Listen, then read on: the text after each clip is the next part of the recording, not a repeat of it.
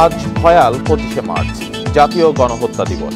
1971 সালের এই রাতে পাকিস্তানি সেনারা অপারেশন সার্চ লাইটের নামে চালায় এক নৃশংস হত্যাযজ্ঞ। ট্যাঙ্ক, মর্টার ও মেশিনগান দিয়ে গণহত্যা চলে ঢাকা বিশ্ববিদ্যালয়, রাজারবাগ, পিলখানা সহ বিভিন্ন এলাকায়। দিবসটি পালনে 1 মিনিটের প্রতীকী ব্ল্যাক আউট সহ নানা কর্মসূচি নিয়েছে সরকার। এদিকে মহান স্বাধীনতা দিবসে বীর শহীদদের প্রতি শ্রদ্ধা জানাতে প্রস্তুত সাভার জাতীয় স্মৃতিসৌধ। শেষ হয়েছে প্রস্তুতি, নেওয়া হয়েছে কয়েক স্তরের নিরাপত্তা।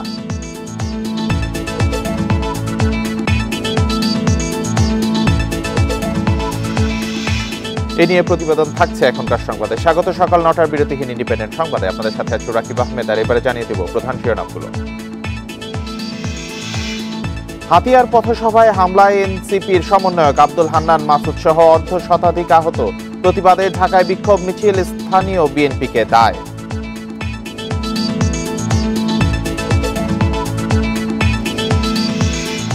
কাল চীন সফরে যাচ্ছেন প্রধান উপদেষ্টা। 28শে মার্চ ইউনিস শি জিনপিং বৈঠকে সম্পর্ক উন্নয়নে আশা বিশ্লেষকদের।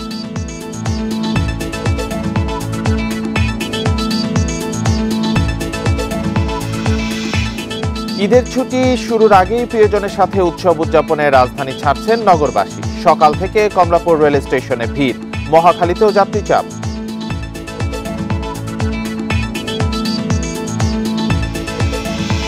প্রধান শিরোনামগুলো শুনছিলেন, সংবাদে ছাড়াও যা থাকছে। সাভারের চলন্ত বাসে ডাকাতির অভিযোগ, যাত্রীদের মূল্যবান জিনিস লুট, চালক ও 2 সহকারীকে পুলিশে দিল শিক্ষার্থীরা।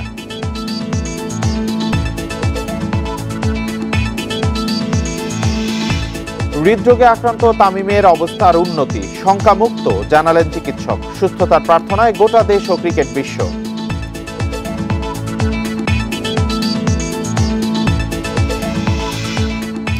শিরোনামের পর এবার জানাবো বিস্তারিত খবর। আজ ভয়াল 25শে মার্চ, জাতীয় গণহত্যা দিবস। বাঙালি জাতির জীবনে 1971 সালে নেমে এসেছিল বিভীষিকাময় এই রাত। 25শে মার্চ দিবাগত রাতে পাকিস্তানি হানাদার বাহিনী অপারেশন সার্চ লাইটের নামে নিরস্ত্র মানুষের উপর নৃশংস হত্যাযজ্ঞ চালায়। 25শে মার্চকে জাতীয় গণহত্যা দিবস হিসেবে পালনের জন্য 2017 সালে জাতীয় সংসদে প্রস্তাব পাস হয়। দিবসটি যথাযোগ্য মর্যাদায় পালনের লক্ষ্যে 1 মিনিটের প্রতীকী ব্ল্যাক আউট সহ জাতীয় পর্যায়ে নানা কর্মসূচি নিয়েছে অন্তর্বর্তী সরকার। আজ রাত 10:30 থেকে 10:31 পর্যন্ত সারা দেশে 1 মিনিটের প্রতীকী ব্ল্যাক আউট পালন করা হবে। সোমবার মুক্তিযুদ্ধ বিষয়ক মন্ত্রণালয়ের সংবাদ বিজ্ঞপ্তিতে তথ্য জানানো হয়। এতে বলা হয়, গুরুত্বপূর্ণ সরকারি, আধা সরকারি, স্বায়ত্তশাসিত বেসরকারি ভবন সহ স্থাপনাগুলোতে কোনো অবস্থাতেই 25শে মার্চ রাতে আলোকসজ্জা করা যাবে না।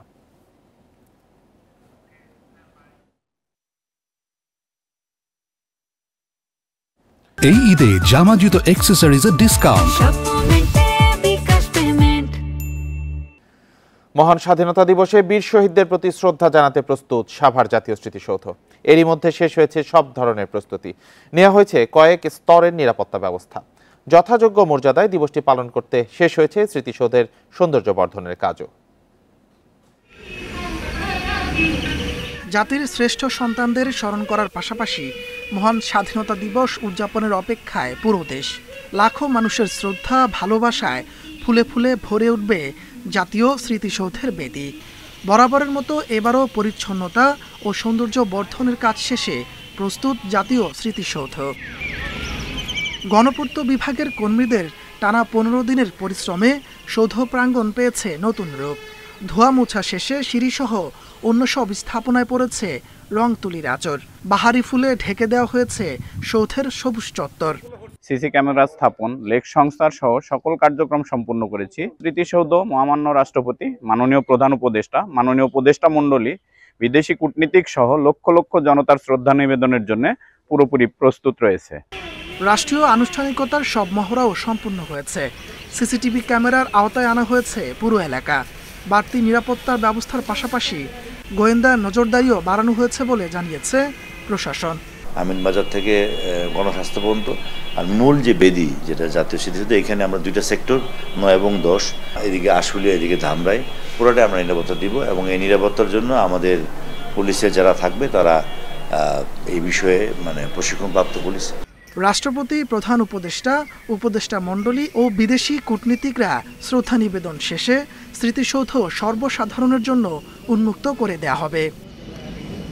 Independent news. আধিপত্য বিস্তারের জেরে নোয়াখালীর হাতিয়ায় বিএনপি ও এনসিপির নেতাকর্মীদের মধ্যে সংঘর্ষ হয়েছে। ধাওয়া পাল্টা ধাওয়ায় এনসিপির যুগ্ম মুখ্য সমন্বয়ক আব্দুল হান্নান মাসুদ সহ দুই পক্ষের অর্ধশতাধিক নেতাকর্মী আহত হয়েছেন। সোমবার সন্ধ্যার দিকে উপজেলার জাহাজমারা বাজারে এ সংঘর্ষ ধাওয়া পাল্টা ধাওয়ার ঘটনার পর রাত ৩টা পর্যন্ত উভয় পক্ষ বাজারে অবস্থান নেয়। পরে পুলিশ, নৌবাহিনী ও কোস্টগার্ড সদস্যদের অনুরোধে দুই পক্ষের নেতাকর্মীরা বাজার থেকে ফিরে যান। পুলিশ ও স্থানীয়রা জানায়, ইফতারের পর হান্নান মাসুদের নেতৃত্বে জাহাজমারা বাজারে একটি মিছিল বের হয়। এ সময় কৃষক দল নেতার উপর হামলার প্রতিবাদে জাহাজমারা ইউনিয়ন বিএনপির নেতাকর্মীরাও মিছিল বের করে। দুটি মিছিল মুখোমুখি হলে সংঘর্ষের সূত্রপাত হয়। হান্নানের অভিযোগ, শান্তিপূর্ণ কর্মসূচিতে হামলা চালিয়েছে স্থানীয় বিএনপি নেতাকর্মীরা। তবে উপজেলা বিএনপির যুগ্ম সাধারণ সম্পাদক লুৎফুল্লাহিল মজিদ নিশানের দাবি, কৃষক দলের আহ্বায়ক আব্দুল রবকে মারধর করেছে তারা।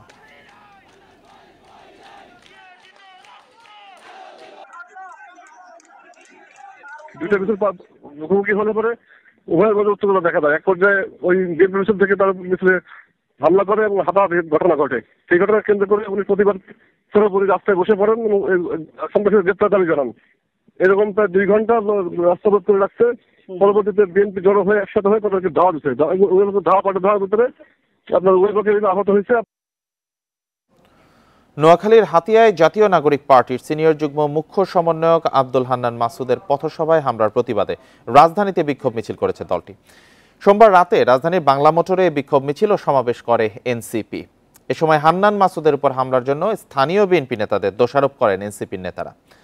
অভিযুক্তদের 24 ঘন্টার মধ্যে বিএনপি থেকে বহিষ্কার ও আইনগত ব্যবস্থা নেওয়ার দাবি জানান তারা।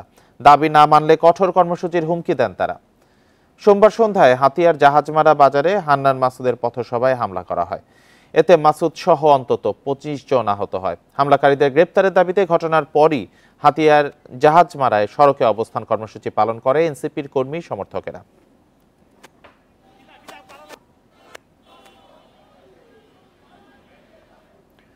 এ বিষয়ে আরো জানাতে নোয়াখালী থেকে আছেন সহকর্মী আবু নাসের। নাসের, হামলার ঘটনায় হাতিয়ার সকালের পরিস্থিতি এখন কেমন? কোনো মামলা কি হয়েছে? এনসিপি নেতারা এখন কোথায় অবস্থান করছেন? গতকাল সন্ধ্যা থেকে আসলে দুপক্ষের মধ্যে ধাওয়া পাল্টা ধাওয়া এবং সংঘর্ষের ঘটনা ঘটে। এরপর দুপক্ষই সন্ধ্যার পর থেকে ভোর রাত অর্থাৎ 3টা পর্যন্ত জাহাজমারা বাজারের দুপাশে অবস্থান নেয়। পূর্ব পাশে আব্দুল হান্নান মাসুদের নেতৃত্বে জাতীয় নাগরিক পার্টির নেতৃবৃন্দ নেতাকর্মীরা অবস্থান নেয় এবং পশ্চিম পাশে বিএনপির নেতাকর্মীরা অবস্থান নেন এবং মাঝামাঝিতে কোস্টগার্ড, নৌবাহিনী এবং পুলিশ অবস্থান নেয়, যাতে দুপক্ষ নতুন করে কোনো অপ্রীতিকর পরিস্থিতি সৃষ্টি করতে না পারে। এই পরিস্থিতি চলে রাত 3টা পর্যন্ত এবং 3টার পর আইন শৃঙ্খলা বাহিনী উভয় পক্ষকে বুঝিয়ে সড়ক থেকে অর্থাৎ বাজার থেকে ফিরে যেতে যাওয়ার মতো পরিবেশ তৈরি করে। এখন পরিবেশ কিছুটা শান্ত রয়েছে এবং আইন শৃঙ্খলা বাহিনী এখনো ঘটনাস্থল এবং আশপাশের এলাকায় টহল দিচ্ছেন। তবে যেহেতু গতকাল দফায় দফায় এই ধাওয়া পাল্টা দেওয়ার ঘটনা ঘটেছে এবং সংঘর্ষ হয়েছে, উভয় পক্ষের প্রায় অর্ধশতাধিক আহত রয়েছে। আহতদের মধ্যে অন্তত 10 জনকে উপজেলা স্বাস্থ্য কমপ্লেক্সে চিকিৎসা দেওয়া হচ্ছে, বাকিদেরকে স্থানীয়ভাবে চিকিৎসা দেওয়া হচ্ছে। তো এই পরিস্থিতিতে এক ধরনের উত্তেজনা উভয় পক্ষের মধ্যে বিরাজ করছে। যে কোনো মুহূর্তে আবার যেন সংঘাতময় পরিস্থিতি তৈরি হতে না পারে সে লক্ষ্যে আইন শৃঙ্খলা বাহিনী তৎপর রয়েছে বলে হাতিয়া থানার ভারপ্রাপ্ত কর্মকর্তা একেএম আজমুল হুদা জানিয়েছেন। পাশাপাশি আইন শৃঙ্খলা বাহিনী, নৌবাহিনী এবং কোস্টগার্ড সদস্যরাও তৎপর রয়েছেন যেন নতুন করে কোনো সংঘাতে উভয় পক্ষ জড়িয়ে পড়তে না পারে। তবে স্থানীয় বাসিন্দাদের মধ্যে উদ্বেগ উৎকণ্ঠা কাজ করছে। হঠাৎ করে এই ধরনের পরিস্থিতি শান্তির জনপদে অশান্তি তৈরি করেছে বলে তাদের অভিযোগ। তারা চান যে উভয় পক্ষের যেন শান্তিপূর্ণ সহ অবস্থান থাকে, সাধারণ মানুষ যেন নিরাপদে বসবাস করতে পারেন। এ হচ্ছে আমার কাছে এখানকার সর্বশেষ। এখন পরিস্থিতি স্বাভাবিক রয়েছে। নোয়াখালী থেকে জানাচ্ছিলেন সহকর্মী আবু নাসের। সেনাবাহিনীকে জনগণের মুখোমুখি দাঁড় করানোর চেষ্টা চলছে বলে মন্তব্য করে বিএনপির ভারপ্রাপ্ত চেয়ারম্যান তারেক রহমান বলেছেন, দেশের বিরুদ্ধে ষড়যন্ত্র থেমে নেই। সোমবার সন্ধ্যায় এক ইফতার মাহফিলে লন্ডন থেকে ভার্চুয়ালি যোগ দিয়ে তিনি কথা বলেন। রাজধানীর ইস্কাটনের লেডিস ক্লাবে সাংবাদিকদের সম্মানে ইফতার মাহফিলের আয়োজন করে বিএনপির মিডিয়া সেল। ইফতার মাহফিলে যোগ দেন বিভিন্ন জাতীয় দৈনিক ও টেলিভিশনের সাংবাদিকরা। বিএনপি মহাসচিব মির্জা ফখরুল ইসলাম আলমগীর বলেন, দেশকে অস্থিতিশীল করার চক্রান্ত শুরু হয়েছে। অতীতে ফ্যাসিস্ট সরকার আমলে যেভাবে বাংলাদেশের স্বাধীন সার্বভৌমত্ব বিপন্ন করা হয়েছে, আজকে আবার বাংলাদেশের স্বাধীন সার্বভৌমত্ব যেন বিপন্ন হয়, আমরা যেন আবার অরক্ষিত হয়ে পড়ি। আমাদের সেই দেশপ্রেমিক সেনাবাহিনী যারা দেশের প্রতিটি গুরুত্বপূর্ণ মুহূর্তে জাতির পাশে এসে দাঁড়িয়েছে, তাদেরকে আজকে আবার বিতর্কিত করার একটা হীন প্রচেষ্টা শুরু হয়েছে। লন্ডন থেকে ভার্চুয়ালি যোগ দিয়ে দেশের রাজনৈতিক পরিস্থিতি নিয়ে উদ্বেগ প্রকাশ করেন বিএনপির ভারপ্রাপ্ত চেয়ারম্যান তারেক রহমান। বলেন, দেশে একটি অস্থিরতা তৈরি হয়েছে। দেশপ্রেমিক সেনাবাহিনীকে জনগণের বিরুদ্ধে দাঁড় করানোর চেষ্টা চলছে। সেনাবাহিনীকে জনগণের মুখোমুখি করানোর চেষ্টা করা হচ্ছে। আপনি একজন সাংবাদিক হিসেবে, আমি একজন রাজনৈতিক কর্মী হিসেবে আমরা এতটুকু বুঝি যে এটি পিছনে নিশ্চয়ই কোনো ষড়যন্ত্র আছে। আমরা সকলে মিলে, দেশপ্রেমিক প্রত্যেকটি মানুষ আমরা সকলে মিলে যদি সচেতন থাকি, সচেষ্ট থাকি, অবশ্যই আমরা এই ষড়যন্ত্র মোকাবেলা করতে সক্ষম হব। আমাদেরকে যে কোনো মূল্যে অবশ্যই এই ষড়যন্ত্রকে মোকাবেলা করতে হবে। গণমাধ্যম কর্মীদের সত্য ঘটনা জাতির সামনে তুলে ধরার আহ্বান জানান বিএনপির ভারপ্রাপ্ত চেয়ারম্যান। আমাদের এই অনুষ্ঠানে জাহানারা পারভিন, ইন্ডিপেন্ডেন্ট নিউজ, ঢাকা। নতুন সংবিধান ছাড়া আসল গণতান্ত্রিক রাষ্ট্রের ভিত্তি করা সম্ভব নয় বলে মনে করেন এনসিপির আহ্বায়ক নাহিদ ইসলাম। আর সদস্য সচিব আক্তার হোসেনের আশা, বহুদলীয় গণতন্ত্রে কোনো ফ্যাসিবাদী শক্তি যেন অংশ নিতে না পারে, সে পদক্ষেপ নেবে অন্তর্বর্তী সরকার। সোমবার বনানীতে বিভিন্ন দেশের কূটনীতিকদের সৌজন্যে আয়োজিত ইফতারে এসব কথা বলেন তারা। রাজধানীর হোটেল শেরাটনে কূটনীতিকদের সম্মানে এই ইফতারের আয়োজন করে জাতীয় নাগরিক পার্টি।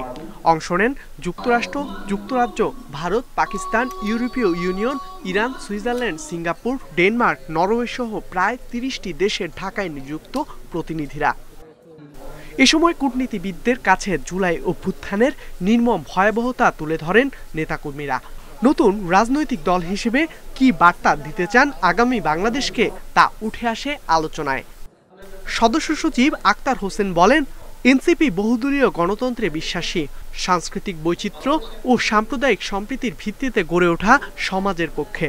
এ সময় ফ্যাসিবাদী শক্তির দ্বারা সংঘটিত মানবতা বিরোধী অপরাধের শিকার ব্যক্তিদের ন্যায় বিচার নিশ্চিতে সরকারের প্রতি আহ্বান তার।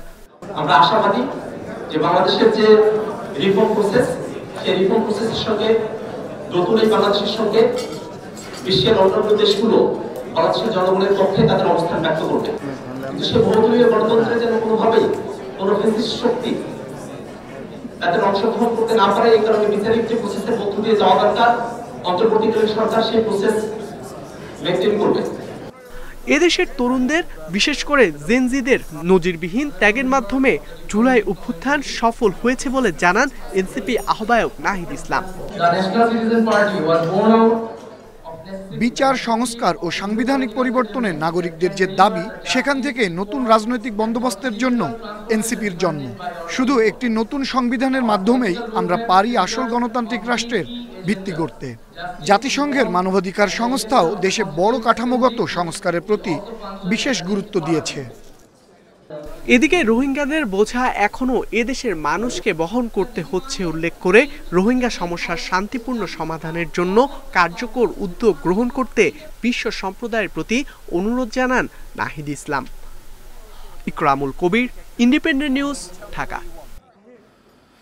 আওয়ামী লীগের পুনর্বাসন চাইলে শত্রু হিসেবে গণ্য করা হবে বলে মন্তব্য করেছেন জাতীয় নাগরিক পার্টির দক্ষিণাঞ্চলের মুখ্য সংগঠক হাসনাত আব্দুল্লাহ। সোমবার সন্ধ্যায় ব্রাহ্মণবাড়িয়ার কসবায় দলটির এক ইফতার মাহফিলে এ মন্তব্য করেন তিনি। হাসনাত বলেন, গুম, খুন, নিপীড়ন সহ সব অপকর্মই করেছে আওয়ামী লীগ, তাই দলটি নিবন্ধন বাতিল করার দাবি করেন তিনি। আরও বলেন, নতুন বাংলাদেশে ফ্যাসিবাদ বিরোধী দলের সাথে সহাবস্থান থাকবে এনসিপির, তবে কেউ স্বৈরাচারের পুনর্বাসন চাইলে শত্রু হিসেবে ধরা হবে। রাষ্ট্রীয় কোনো প্রতিষ্ঠানের প্রতি নেতিবাচক দৃষ্টিভঙ্গি নেই জানিয়ে হাসনাত বলেন, সার্বভৌমত্ব রক্ষায় 5ই আগস্ট ছিল ছাত্র জনতার পাশে সেনাবাহিনী।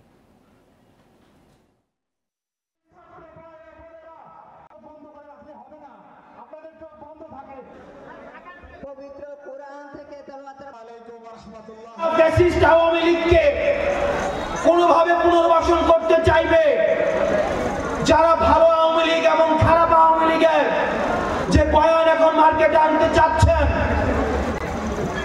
আমাদের শত্রু জ্ঞান আমরা তাকেই করব যারা আওয়ামী লীগকে বন্ধু জ্ঞান করবে। স্বৈরাচার ও তাদের দোসরদের বিচারের পাশাপাশি দল হিসেবে আওয়ামী লীগের বিচারের দাবি করেছেন গণসংহতি আন্দোলনের প্রধান সমন্বয়কারী জোনায়েদ সাকি। এজন্য প্রয়োজনে আইন প্রণয়নের দাবিও তার। সোমবার সন্ধ্যায় ময়মনসিংহে দলটির ইফতার মাহফিলে এসব দাবি করেন তিনি। বলেন, গণ অভ্যুত্থানের কৃতিত্ব নিয়ে টানাটানি চলছে। একটি দল এই কৃতিত্ব নিজেদের দখলে নিতে চায়। 5ই আগস্টের পরে বিভাজন সৃষ্টি করা হচ্ছে, ট্যাগ দেয়া হচ্ছে ফ্যাসিস্টের কায়দায়। এতে স্বৈরাচারের ফেরার পথ তৈরি হতে পারে। যারা বিভাজন তৈরি করবে তাদের শত্রু হিসেবে চিহ্নিত করতে হবে বলে উল্লেখ করেন তিনি। আরও বলেন, সংবিধান সংস্কারের জন্য এই সংক্রান্ত পরিষদের নির্বাচন দিতে হবে।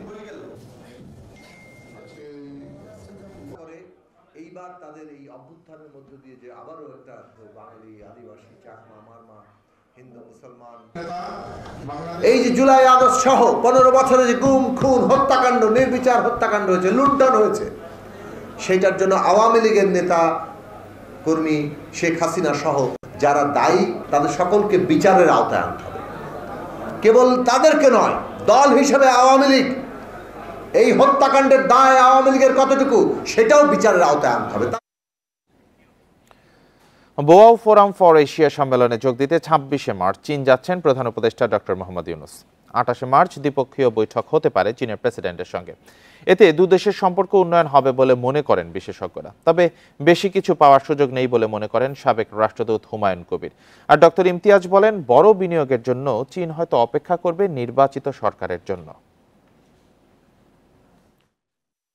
প্রধান উপদেষ্টা হয়ে প্রথম চীন যাচ্ছেন ডক্টর মোহাম্মদ ইউনূস।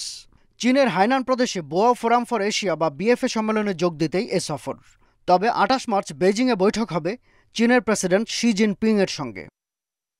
সাবেক রাষ্ট্রদূত এম হুমায়ুন কবির বলেন, দুই শীর্ষ নেতার আলোচনা মূলত দিক নির্দেশনামূলক হয়। খুব গুরুত্বপূর্ণ বিষয় না হলে এ পর্যায়ে বিস্তারিত আলোচনার সুযোগ কম। তবে চীন থেকে রপ্তানির সমর্থনে অর্থ সহায়তা, বাজেট সহায়তা ও রোহিঙ্গা সংকট নিয়ে আলোচনা হতে পারে। একটা জিনিস বোধহয় পরিষ্কার করা দরকার, সেটা হচ্ছে চীন সফর মানে কিন্তু উনি বাও কনফারেন্সে যাচ্ছেন। এটা একটা মাল্টিল্যাটারাল কনফারেন্সে, এবং সেখানে উনি কথা বলবে, তার সাথে সাথে বাইল্যাটারাল ভাবে চীনের নেতৃবৃন্দের সাথে কথা বলবেন। তো যেহেতু উনি মাল্টিল্যাটারাল কনফারেন্সে যাচ্ছেন, যেহেতু এটা বাইল্যাটারাল ভিজিট নয়, কাজে এখানে কিন্তু আমাদের এক্সপেকটেশনটা যথাযথভাবে থাকা উচিত। চীনের সঙ্গে সম্পর্ক এগিয়ে নিতে ভারত প্রসঙ্গ বিবেচনায় রাখার সুযোগ নেই বলে মনে করেন আন্তর্জাতিক সম্পর্ক বিশেষজ্ঞ অধ্যাপক ডক্টর ইমতিয়াজ আহমেদ। বলেন, মনে রাখতে হবে ভারত ও চীন অনেক বড় ও মজবুত বাণিজ্যিক সম্পর্কে আবদ্ধ। কিন্তু এই সফরে বড় আকারে ইনভেস্টমেন্ট হওয়ার যে বিষয়টা, সেটা আমার মনে হয় তারা অপেক্ষা করবে একটা স্টেবল সরকার যেটা নির্বাচনের মাধ্যমে আসে, তার জন্য অপেক্ষা করবে। আরেকটা জিনিস, আমার মনে হয় না যে চীন ওই পর্যায়ে গেছে এখন যে ভারত কী করছে সেটাকে নিয়ে সে চিন্তা করবে, সেভাবে আমার মনে হয় তার ফরেন পলিসি এখন ওদিকে যাচ্ছে। সে তার মতনই যেই বায়োল্যাটারাল সম্পর্ক, সেতে ভারত তার বাংলাদেশের বন্ধু না বন্ধু, কে বন্ধু সেটা সে দেখবে না। বিশেষজ্ঞদের মতে বাংলাদেশের অর্থনৈতিক চ্যালেঞ্জ মোকাবিলায় চীনকে পাশে পাওয়ার চেষ্টা করতে হবে। দেখা দরকার যে আমাদের কোনটা লাভ হতে পারে, আমরা কোন সুযোগটা নিতে পারি। শাহাদাত স্বপন, ইন্ডিপেন্ডেন্ট নিউজ, ঢাকা। সাভারে চলন্ত বাসের যাত্রীদেরকে অস্ত্রের মুখে জিম্মি করে ডাকাতির অভিযোগ উঠেছে। এ সময় মোবাইল সহ বিভিন্ন জিনিস লুট করে ডাকাতরা। সোমবার রাত 7:45টার দিকে ঢাকা আরিচা মহাসড়কের রেডিও কলোনি এলাকায় এই ঘটনা ঘটে। যাত্রীরা জানান, মানিকগঞ্জগামী শুভযাত্রা পরিবহনের বাসটি রেডিও কলোনি এলাকায় পৌঁছালে যাত্রী বেশে কয়েকজন বাসে ওঠেন। পরে তারা দেশীয় অস্ত্রের মুখে যাত্রীদের জিম্মি করেন। লুটের পর সাভারের সিএনবি এলাকায় নেমে পালিয়ে যান তারা। পরে জাহাঙ্গীরনগর বিশ্ববিদ্যালয়ের মূল গেটের সামনে বাসটি আটক করেন যাত্রী ও শিক্ষার্থীরা। জড়িত সন্দেহে চালক, 2 সহযোগীকে পুলিশে দেন তারা। ঘটনাস্থল পরিদর্শন করেছেন আইনশৃঙ্খলা বাহিনীর সদস্যরা।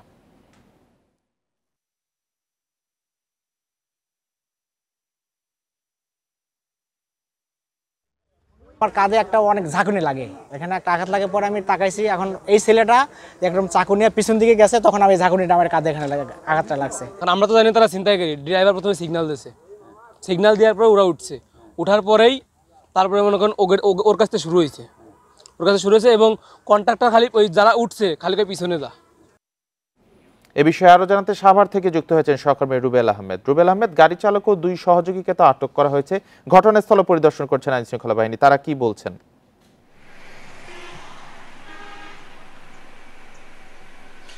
দেখুন, গতকাল রাত 8:45টার দিকে ঢাকা-রিচা মহাসড়কে যাত্রীবাহী বাসে যে ডাকাতি সংঘটিত হয়েছে, এই ঘটনায় কিন্তু পুলিশের কাছে 3 জনকে সোপর্দ করেছে বাসের যাত্রী, জাহাঙ্গীরনগর বিশ্ববিদ্যালয়ের শিক্ষার্থী এবং বিশ্ববিদ্যালয় প্রশাসন।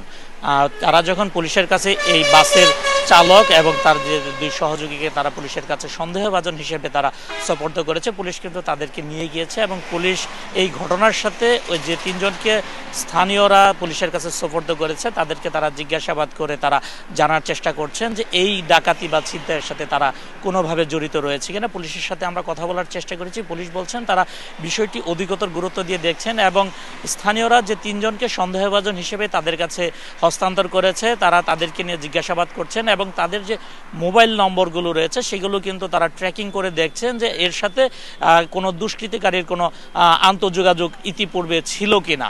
এবং আমি আরও একটি বিষয় জানিয়ে রাখতে চাই যে গত রাতে যে ঘটনাটি ঘটেছে এর আগেও কিন্তু এই ঢাকা-রিচা মহাসড়কের সাভার অংশে কিন্তু আরও 2টি এরকম চলন্ত যাত্রীবাহী বাসে ছিনতাই বা ডাকাতি সংঘটিত হয়েছে, সেই ঘটনাগুলো কিন্তু দিনে ছিল। এ মাসেরই মার্চের 2 তারিখে কিন্তু দিনের বেলা কিন্তু আমরা দেখতে পেয়েছিলাম যে পুলিশ টাউন এলাকাতে এমন একটি ছিনতাইয়ের ঘটনা ঘটেছিল, সেখানে কিন্তু রাজধানী পরিবহনের একটি যাত্রীবাহী বাস থেকে 20 থেকে 25 জন যাত্রীর একই কায়দায় কিন্তু মালামাল লুট করে নিয়ে যায় দুর্বৃত্তরা। এর আগে কিন্তু ফেব্রুয়ারির 14 তারিখে দিনের বেলায় একই রকমভাবে কিন্তু যাত্রীদেরকে দেশীয় অস্ত্রের মুখে জিম্মি করে কিন্তু লুট করে নিয়ে গিয়েছিল। তবে এসব ঘটনায় এই চক্রের যারা সদস্য রয়েছে তারা কিন্তু কোনো যাত্রীদেরকে আহত করে না, তারা কিন্তু সবাইকে অস্ত্রের মুখে জিম্মি করে মূল্যবান জিনিসপত্র লুট করে তারা কিন্তু একটি নির্দিষ্ট স্থানে বাসের যে চালককে রয়েছে তাকে কিন্তু জিম্মি করে চলন্ত বাস থেকে তারা নেমে যায়। এবং এই যে ছিনতাইকারী বা ডাকাতের সদস্যরা যে এই ডাকাতিগুলো সংগঠিত করছে তারা কিন্তু প্রতিবারই আমরা যাত্রীদের সাথে কথা বলে জানতে পেরেছি তারা যাত্রী বেশে এই বাসে ওঠার পরে কিন্তু তারা রূপ বদল করে কিন্তু যাত্রীদেরকে জিম্মি করে এমন ঘটনা ঘটাচ্ছে এবং পুলিশের পক্ষ থেকে এই ঘটনায় জড়িত চক্রের সদস্যদের তারা গ্রেপ্তার করার চেষ্টা করছে। বিভিন্ন সময় আমরা দেখতে পেয়েছি আইনশৃঙ্খলা বাহিনী গ্রেপ্তার করার চেষ্টা করছে যারা যাত্রী বেশি ভাবে উঠে ডাকাতি করছেন। চলন্ত বাসে ডাকাতির অভিযোগের বিষয়ে সাভার থেকে জানাচ্ছিলেন আমাদের সহকর্মী রুবেল আহমেদ। চট্টগ্রামের লালখান বাজারের টাঙ্কির পাহাড় এলাকায় আগুনে পুড়ে গেছে অন্তত 15টি বসতঘর। রাত 9টার দিকে পাহাড়ের সাদেক কলোনিতে এই ঘটনা ঘটে। পরে ফায়ার সার্ভিসের 2টি ইউনিট প্রায় 40 মিনিটের চেষ্টায় আগুন নিয়ন্ত্রণে আনে। প্রত্যক্ষদর্শীরা জানায় সেমি পাকা ঘরের চুলা থেকে আগুনের সূত্রপাত হয়, মুহূর্তেই তা ছড়িয়ে পড়ে আশেপাশের ঘরে। প্রথমে স্থানীয়রা আগুন নেভানোর চেষ্টা করে, তবে পানির উৎস না থাকায় আগুন নেভাতে বেগ পেতে হয় ফায়ার সার্ভিসকে। এতে কেউ হতাহত হননি।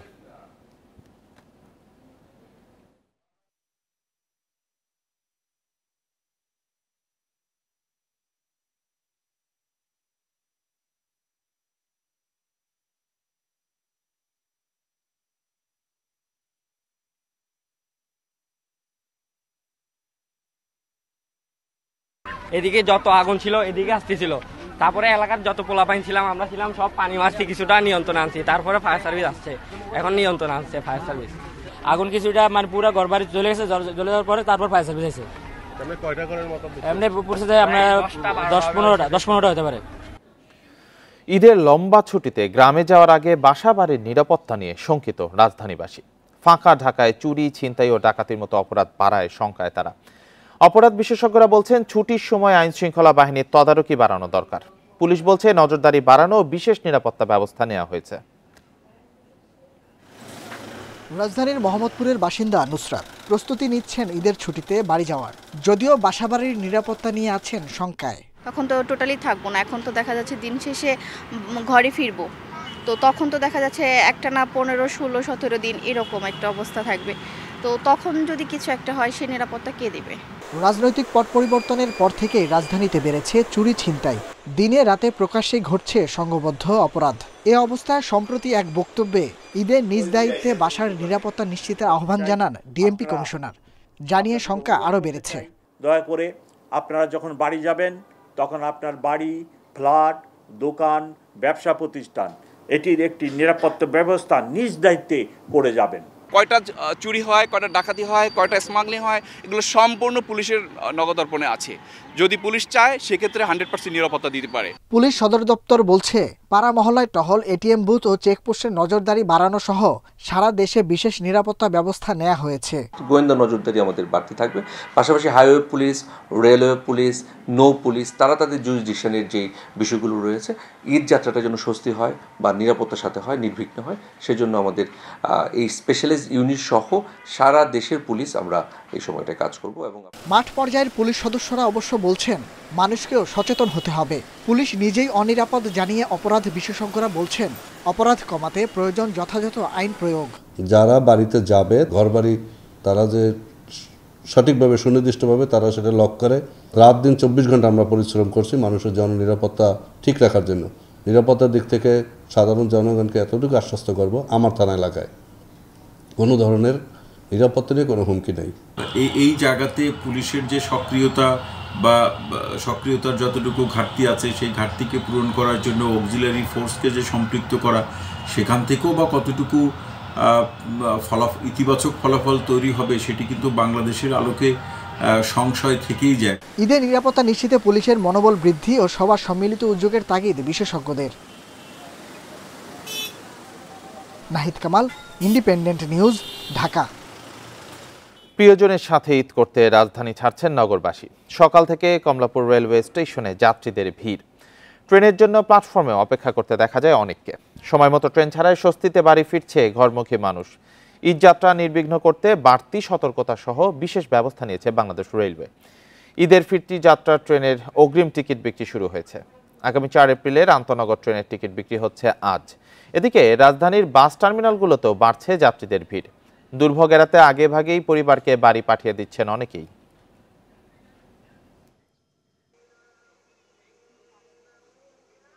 কোন গাড়ি আপনার নীলবুকে যাইতেছে, এই যে দেখেন 15 মিনিটে টিকিট বেচছি মাত্র 2300 টাকা করে, আর আমরা জেনুন ভাড়া পাচ্ছি না। 384 টাকা ভাড়া 300 করে দিতেছে। এই অবস্থা, যাত্রী নাই, গাড়ি লাগায় বসে রয়েছে। এবার ঈদযাত্রা নির্বিঘ্নে আশা করি চলাচল করতে পারবে। আর এই টার্মিনাল কেন্দ্রে কোন রকম কোনো চাঁদাবাজি বা টিকিট কালোবাজারি এই টার্মিনাল নাই। টিকিট কাটছেন, আপনাকে বাসটা আসতে আসতে 1 ঘন্টা 1.5 ঘন্টা দাঁড়ায় থাকতে হচ্ছে। এবার কিন্তু সকাল থেকে দেখলাম যে বাসটা আমাদের ইনকামিংটা খুব স্মুথলি হচ্ছে। এই যাত্রা নিয়ে আরো জানাতে কমলাপুর ও মহাখালী থেকে যোগ দিচ্ছেন সহকর্মীরা। শুরুতেই রাজধানীর কমলাপুর রেল স্টেশন থেকে যোগ দিচ্ছেন সহকর্মী আদিলুর রহমান। আদিলুর, রেল স্টেশনে আজকে যাত্রীদের ভিড় কেমন দেখছেন?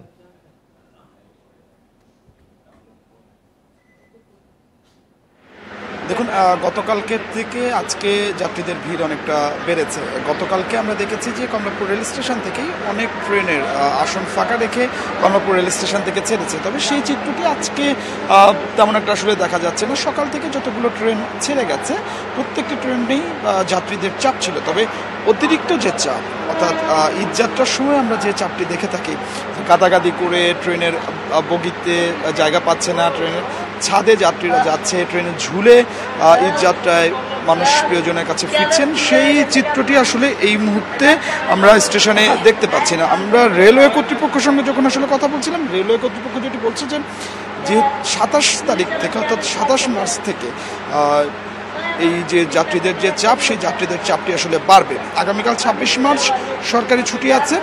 এই সরকারি ছুটি মিলিয়ে যারা ছুটি নিতে পেরেছেন, ঈদের ছুটি, তারা কিন্তু আজকে বাড়ি ফিরছেন। এর বাইরে যারা বিশ্ববিদ্যালয়ের শিক্ষার্থী আছেন, কলেজের শিক্ষার্থী আছেন, বা যাদের পরিবার ঢাকায় থাকেন কিন্তু ছুটি পেয়েছেন, পরে পরিবারকে আগে ভাগে বাড়িতে পাঠিয়ে দিচ্ছেন। আগামীকাল 27 মার্চ দিনভর অফিস করার পরে বিকালের দিক থেকে এই যাত্রীদের চাপ আরও বেশি বাড়বে, সেটি কিন্তু আসলে রেলওয়ে কর্তৃপক্ষ বলছে। এবং রেলওয়ে কর্তৃপক্ষ বলছে যে এই যে চাপটি সামাল দেওয়ার জন্য প্রত্যেকটি ট্রেনে অতিরিক্ত বগি সংযোজন করা হয়েছে এবং একই সাথে যাতে যাত্রীদের হয়রানি না হয়। এবং বিশেষ করে আমরা ঈদযাত্রার সময় যেটি দেখে থাকি যে একজন টিকিট কেটেছেন, তার যে নির্ধারিত সিট সেই সিটে তিনি পৌঁছতে পারছেন না বা সেই সিটে তিনি বসতে পারছেন না, অন্য একজন বসে যাচ্ছেন। তো টিকিট ছাড়া যাতে কেউ স্টেশনে প্ল্যাটফর্মে ঢুকতে না পারে সে কারণে ভ্রাম্যমাণ টিকিট চেকার তাদেরকে রাখা হয়েছে। তারা প্রত্যেকে সেই টিকিটগুলো আসলে চেক করছেন। এর পাশাপাশি যাতে অতিরিক্ত চাপটি যখন তৈরি হবে সেই অতিরিক্ত চাপের সময় যাতে ট্রেনের ছাদে কেউ ভ্রমণ না করে সে কারণে নিরাপত্তা কর্মী যারা আছেন তাদেরকেও বাড়তি ব্যবস্থা নেওয়া হয়েছে এবং সেই নিরাপত্তা কর্মীদেরকে জোরদার করা হয়েছে, সেটিও রেলওয়ে কর্তৃপক্ষ সব মিলিয়ে যেটি বলা যায় যে গতকাল থেকে ঈদযাত্রাটি শুরু হয়েছে এবং আজকে পর্যন্ত বেশ স্বস্তিদায়কই হচ্ছে ট্রেনের ঈদযাত্রা। জি আদিলুর, ধন্যবাদ আপনাকে, সাথেই থাকবেন। এবার রাজধানীর মহাখালী থেকে যোগ দিয়েছেন সহকর্মী খালেদ রায়হান। রায়হান, বাস টার্মিনালের অবস্থা কেমন দেখছেন? ঈদযাত্রা নিয়ে যাত্রীরা কি বলছেন? দেখুন আদিলুর, যেমনটি জানাচ্ছিলেন কমলাপুর থেকে মহাখালীর চিত্র কিন্তু বলা যায় যে একেবারেই উল্টো। এখানে কিন্তু যাত্রীদের একেবারেই চাপ নেই। সকাল থেকে আমরা যে কয়েকটি বাস এখান থেকে ছেড়ে যেতে দেখেছি, প্রায় প্রতিটি বাসে আমরা দেখেছি যে অনেকটা সিট ফাঁকা রেখেই বাসগুলো কিন্তু ছেড়ে যাচ্ছে। বাস সংশ্লিষ্ট যারা রয়েছেন তারা যেটি বলছেন যে এখনই খুব বেশি যাত্রী তারা পাচ্ছে না, তবে ভোরবেলা কিছুটা যাত্রী ছিল এবং সন্ধ্যার পরে কিছু যাত্রী হতে পারে বলে তারা ধারণা করছেন। আরেকটি বিষয় হচ্ছে আগামীকালকে 26শে মার্চ সরকারের ছুটি, যারা এই সরকারি ছুটির সঙ্গে পরের দিন ছুটি মিলিয়ে নিতে পেরেছেন তারাই কেবল আসলে ঢাকা ছাড়বেন, তবে সেটিও আজকে অফিস করার পর। সেই ক্ষেত্রে মূল চাপটি কিন্তু আজকে সন্ধ্যার পর থেকে পড়তে পারে এবং কালকে যারা ছুটি মিলিয়ে নিতে পারেনি তাদের সেই চাপটি কিন্তু বৃহস্পতিবার সন্ধ্যার পর থেকে পড়বে বলে বাস সংশ্লিষ্ট যারা রয়েছেন তারা কিন্তু বলছেন। আরেকটি বিষয় হচ্ছে যেহেতু ঢাকায় কয়েক শত গার্মেন্টস রয়েছে এবং সেই গার্মেন্টস কর্মী যারা রয়েছেন তারা এখন পর্যন্ত ছুটি পায়নি, যার ফলে সেই চাপটিও কিন্তু এখন পর্যন্ত পড়েনি। গার্মেন্টস ছুটি হওয়ার পরের যে চাপ সেটি কিন্তু মোটামুটি বৃহস্পতিবার থেকেই পড়া শুরু করবে বলে তারা বলছেন। এবং এখন পর্যন্ত মহাখালী থেকে যে কয়েকটি বাস ছেড়ে গেছে আমরা প্রায় বেশিরভাগ বাসই দেখেছি যে তারা কিন্তু কয়েকটি আসন ফাঁকা রেখেই তারা কিন্তু যাচ্ছেন। এবং একই সঙ্গে যে অভিযোগটি সবসময় পাওয়া যায় যে টিকিটের দাম বেশি বা অতিরিক্ত ভাড়া, সেই অভিযোগ কিন্তু এখন পর্যন্ত আমরা এই মহাখালীর বাস টার্মিনালে পাইনি। এর আগে আমি গাবতলীতে গিয়েছিলাম, সেখানেও সেই অভিযোগ কিন্তু নেই।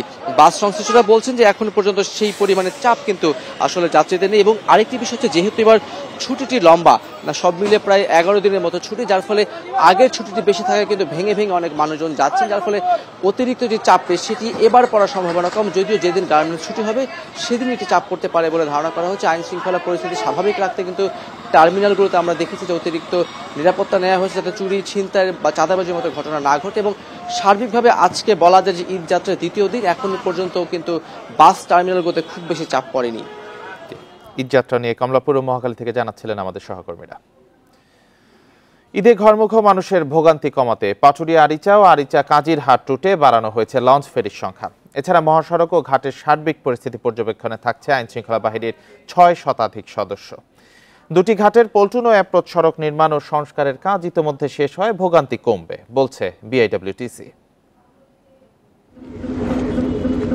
ঈদের সময় দেশের দক্ষিণ পশ্চিমের 21 জেলার লাখো মানুষ ঢাকা থেকে পাটুরিয়া দৌলতদিয়া ও আরিচা কাজিরহাট নৌপথ দিয়ে বাড়ি ফেরেন। তাই দুটি ঘাটেই থাকে যানবাহন ও মানুষের বাড়তি চাপ।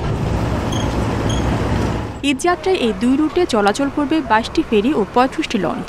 এছাড়া পাটুরিয়া দৌলতদিয়া 4টি এবং চলাচলে ভোগান্তি কমাতে আরিচা কাজিরহাটে দুটি ঘাটের পল্টন ও অ্যাপ্রোচ সড়ক নির্মাণ ও সংস্কার কাজ শেষ হয়েছে।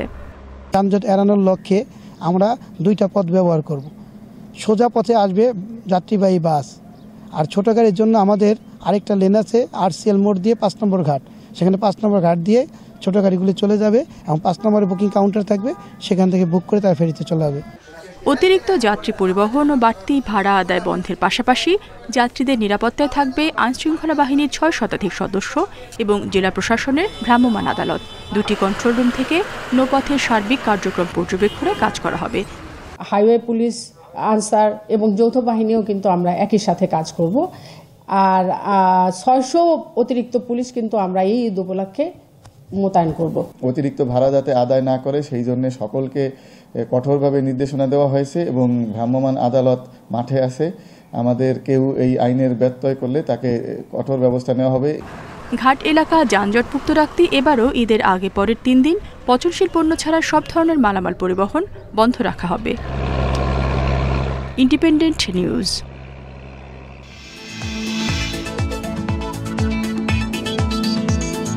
বাংলাদেশিদের উপর ভিসা কড়াকড়ির ব্যাপক প্রভাব পড়েছে কলকাতার ঈদের বাজারে। অন্যান্য বছরের তুলনায় এবার কেনা বেচা অনেক কম। কলকাতার নিউ মার্কেটে বেচা কেনায় নেমেছে ধস। বাংলাদেশিরা না আসায় বিপাকে কলকাতার হোটেল রেস্তোরাঁগুলোতে। এমন পরিস্থিতিতে ঈদ মৌসুমে ব্যবসায়িক ক্ষতির মুখে কলকাতার বিভিন্ন দোকান ও প্রতিষ্ঠান।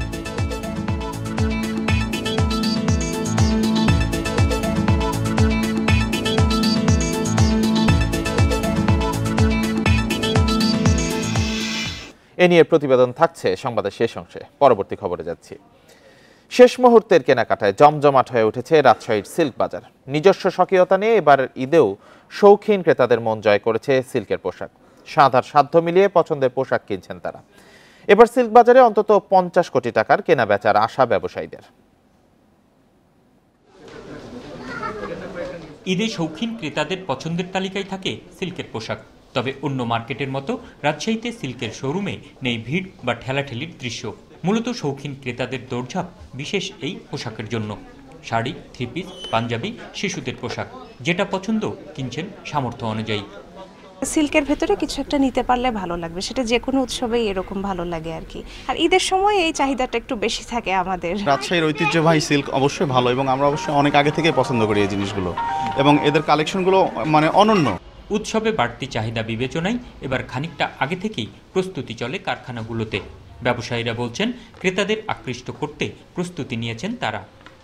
মসলিন, তারপরে সফট সিল্ক আছে, আর এর পাশাপাশি আমরা নিয়ে আসছি গাদোয়াল, তারপরে সিল্কেরই এইগুলো মানে সবগুলো ফ্যাব্রিক সিল্ক, কিন্তু নাম এক একটা আছে। কাতান আছে, জয়শ্রী সিল্ক আছে, তসর সিল্ক আছে। ব্যাপক পরিসরে পাঞ্জাবি এবং থ্রি পিস, মেয়েদের থ্রি পিসের উপরে, মসলিনের উপরে বিভিন্ন কাজের নতুন ভ্যারিয়েশন আনার চেষ্টা করেছি, কালার কম্বিনেশন, প্রাইস রেঞ্জ, ডিজাইনের নতুনত্ব সবকিছু মিলে একটা মোটামুটি বেশ ভালো সাড়া আমরা পেয়েছি। মালিকরা বলছেন সাম্প্রতিক সময়ে বেড়েছে সিল্ক পোশাকের চাহিদা, আসছেন নতুন নতুন ক্রেতা। 4-5 দিন ধরে আমরা দেখছি যে মিশিক এলাকায় বেশ সমাগম, কাস্টমারের সমাগম বেড়েছে। এতে করে আশা করছি যে আমরা গত বছর 50 কোটি টাকার মতো লেনদেন হয়েছে বা 50-এর অধিক। এবারেও আশা করি ওই ধরনেরই একটা বেচা বিক্রি হবে। ঈদ এগিয়ে আসার সাথে ক্রেতা সমাগমও বাড়বে শোরুমগুলোতে। আবার ঈদের পরে ছুটিতেও আরেক দফা ক্রেতা সমাগমের আশা ব্যবসায়ীদের। Ahsan Habib, Apu, independent news, Rajshahi. বাংলাদেশিদের উপর ভিসা কড়াকড়ির ব্যাপক প্রভাব পড়েছে কলকাতার ঈদের বাজারে। অন্যান্য বছরের তুলনায় এবার কেনা বেচা অনেক কম। বাংলাদেশি পর্যটক না আসায় বিপাকে হোটেল রেস্তোরাঁগুলো। এমন পরিস্থিতিতে ব্যবসায়িক ক্ষতির মুখে কলকাতার বিভিন্ন দোকান ও প্রতিষ্ঠান।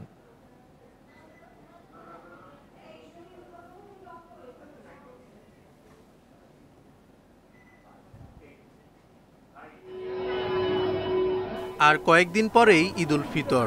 পুরো রমজান মাস জুড়েই কলকাতার মার্কেটগুলোতে থাকে কেনাকাটার ধুম। ভিড়ে পা ফেলা দায় হয়।